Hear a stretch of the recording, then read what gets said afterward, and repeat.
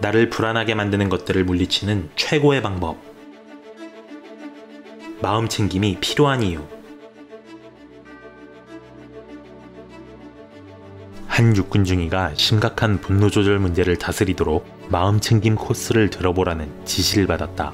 중위는 별로 내키지 않았지만 군대식 사명감에 따라 열심히 수행해보기로 마음먹었다.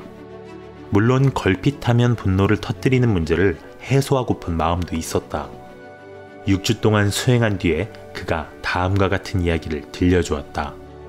어느 토요일, 그는 북적거리는 동네 마트에서 물건값을 계산하려고 기다리고 있었다. 에어컨 바람만으론 열기를 식힐 수 없을 만큼 푹푹 찌는 날씨라 몸은 이미 땀에 젖은 상태였다. 게다가 앞에 여자가 엉뚱한 줄에 서 있는 걸 보자 중위는 속에서 화가 부글부글 끓었다. 여자는 한 가지 물건만 구입했으니 옆쪽 소량 전용 계산대로 가야 했다. 더구나 그곳은 텅 비어 있었다. 여자의 품엔 사내 아기가 들려 있었다. 드디어 여자의 차례가 왔다. 그런데 계산대 직원이 단품을 금전 등록기에 찍을 생각도 않고 아기에게 까꿍까꿍 하면서 놀아주기 시작했다. 중위는 씩씩거리며 혼잣말을 했다. 아니, 여기가 무슨 놀이방이야? 그런데 더 놀랍게도 앞에 선 여자가 아기를 계산대 직원에게 건네는 게 아닌가? 중위는 속으로 탄식했다. 아니, 이 여자가 도대체 뭐 하는 거지? 뒤에 사람이 셋이나 기다리는데 게다가 애초에 이 줄에 서면 안 되는 거였잖아. 하지만 그동안 마음챙김 수행을 해왔기 때문에 분노 폭발이라는 습관적 고속도로에 들어서지는 않았다. 그는 심호흡을 몇 번 하면서 마음을 차분히 가라앉혔다. 분노의 연기가 거치자 귀여운 사내 아기의 얼굴이 눈에 들어왔다. 중위는 자기 차례가 왔을 때 계산원에게 아기가 아주 귀엽더군요 라고 말했다. 그러자 계산원은 기쁨에 겨운 눈으로 그를 쳐다보며 말했다. 아, 그래요? 실은 제 아들이에요. 계산원은 이내 침울한 목소리로 말을 이었다. 작년에 남편이 전투를 수행하다 죽었거든요. 제가 이렇게 돈벌이를 해야 해서 아기와 놀아줄 시간이 별로 없어요. 그나마 친정엄마가 와서 아기를 봐주니까 얼마나 다행인지 몰라요. 제가 일이 늦게 끝나기 때문에 엄마가 매일 아기를 마트에 데리고 와서 한 번씩 만나게 해줘요. 그 순간 상황이 얼마나 바뀌었는지 느낄 수 있는가? 중위가 마음챙김 수행으로 자신의 분노를 주목하고 다스릴 수 있었던 사실에 얼마나 감사했을지 상상이 될 것이다. 그 짧은 순간에 크나큰 승리를 거둔 것이다. 불안을 물리치는 최고의 방법. 내가 제양군인병원에서 근무할 때 일이다. 내가 처음 진료한 환자는 29살의 깽단 조직원 호세였다. 호세는 라이벌 깽단에게 살해당할 뻔한 직후부터 줄곧 공황발작에 시달리다 나를 찾아왔다. 진료실 문을 열고 들어오자마자 호세는 치료사 의자에 앉아있는 26살 난 백인 여자를 보고 눈을 굴렸다.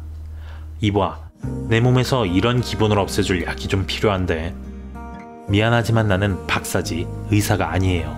약을 처방해 줄 순 없어요. 호세는 얼굴을 찡그리며 어깨를 으쓱했다. 좋아, 그럼 내가 이런 기분을 느끼지 않도록 주의를 분산시킬 방법이나 좀 알려줘. 난 마음챙김 치료사예요. 그래서 주의를 분산시키는 대신 당신과 함께 당신 몸 안의 불안감에 주의를 기울일 거예요. 그래야 치료를 시작할 수 있거든요. 불안감에서 벗어나고 싶다는데 오히려 주의를 더 기울일 거라고? 호세는 버럭 소리친 다음 혼잣말을 중얼거렸다. 제기랄, 치료사를 다시 알아봐야겠군. 나는 숨을 고른 뒤 차분하게 말을 이었다. 호세, 한 가지만 물어볼게요. 당신을 죽이려 했던 깽단이 뒤쪽에서 걸어오는 소리가 들린다면 당신은 몸을 돌려서 그들을 똑바로 보길 원하나요? 아니면 무시하고 걷다가 급습을 당하길 원하나요? 몸을 돌리면 당신은 그들이 몇 명인지 무슨 무기를 지녔는지 확인해서 어떻게 대응할지 결정할 수 있겠죠? 그러니까 내 말은 이참에 당신의 불안감을 명확하게 보는 방법을 배우라는 거예요. 그래야 그게 계속 매복해 있다가 당신을 공격하지 못하죠. 호세가 내 눈을 똑바로 바라본 순간 나는 우리가 이미 치료를 시작했음을 직감했다. 실제로 그 뒤에 벌어진 일은 놀라웠다. 호세가 마음챙김 수행을 시작하자 마치 전등 스위치가 딸깍 켜지는 것 같았다. 호세는 대단히 열성적으로 수행에 돌입하면서 마음챙김의 총알로 거듭났다. 마치 마음챙김에 특화된 사람처럼 인생 전반에 바로 적용하기 시작했는데 그 속도가 나보다 훨씬 더 빨랐다. 호세는 수행을 시작한 뒤로 공황말작을 일으키는 자극과 전조 증상을 사전에 감지할 수 있었다. 언제 어떻게 불안감에 사로잡히는지 나한테 이렇게 설명해 주었다. 앞으로 무슨 일이 벌어질지 생각하면 가슴이 철렁합니다. 아무 일도 일어나지 않았지만 자꾸 불안해집니다. 또 호세는 라이벌 갱단의 조직원들을 균형 잡힌 관점에서 바라보게 되었다. 그들도 나와 전혀 다르지 않습니다. 어떻게든 살아남으려고 길을 쓰는 거죠. 가장 감명 깊었던 변화는 자기 자신을 대하는 태도였다. 뒷골목을 휘젓고 다니던 거친 젊은이가 너그러운 마음가짐으로 자신을 바라보기 시작했다.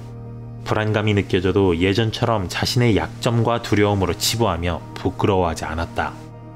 아버지의 사랑을 받아본 적이 없었지만 어린 아들을 위로하는 아버지처럼 불안감을 다정하게 감싸 안았다.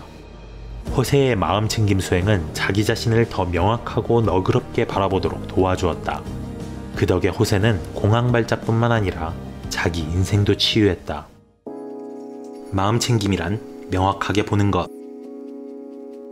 마음챙김이라는 말은 불교 경전에 쓰인 팔리어로 삼빠잔나인데 명확한 이해라는 뜻이다. 마음챙김은 우리가 현명하게 선택하고 인생에 효과적으로 대응할 수 있도록 상황을 명확하게 보게 해준다. 하지만 우리는 왜곡된 사고방식으로 흐릿해진 렌즈를 통해 세상을 바라보기 때문에 명확하게 보기가 쉽지 않다. 게다가 순간순간을 인식할 때 과거 경험에 좌우되기 때문에 현실을 부정확하게 인식한다. 부모와 교사, 주변 사람과 사회가 의식적으로든 잠재의식적으로든 우리의 인식 전반에 영향을 미친다. 부모가 좋은 뜻에서 우리에게 세상이 위험하다라고 말하면 우리는 위험을 감지하는 쪽으로 렌즈를 맞춘다. 음악교사가 넌 음정이 틀렸잖아 라고 말하면 우리는 목소리가 금세 기어들어간다. 그러다 결국 상심해서 마음을 닫아버린다. 결국 우리 자신을 특정한 방식으로 바라보게 된다. 아울러 타인도 특정한 방식으로 바라보게 되고 인생도 특정한 방식으로 바라보게 된다. 우리 관점은 영화처럼 계속 움직이는 게 아니라 사진처럼 한 장면에 고정된다. 이런 왜곡된 렌즈는 우리가 세상을 바라보는 방식에 그리고 크고 작은 선택을 내리는 방식에 영향을 미친다. 이들은 흔히 무의식적으로 작동하지만 간혹 우리가 인식한다 해도 딱히 바꿀 수 있을 것 같지는 않다. 마음챙김 수행은 길들여진 과거와 습관화된 패턴에서 우리를 해방시켜준다. 우리의 인식을 형성하고 의식을 흐리게 하는 필터와 편견과 선입견을 제거하도록 돕는다. 현실의 본질을 들여다보고 우리 자신과 주변 세상에 대한 근본적 진실을 이해할 수 있게 해준다. 마음챙김은 외적 반응성보다 내적 인식을 통해 삶을 펼쳐나가도록 돕는다. 명확하게 보면 효과적으로 대응할 수 있다. 아인슈타인의 말을 빌리자면 어떤 문제든 그 문제를 만들어냈을 때와 같은 의식 수준에선 그것을 절대로 풀 수 없다.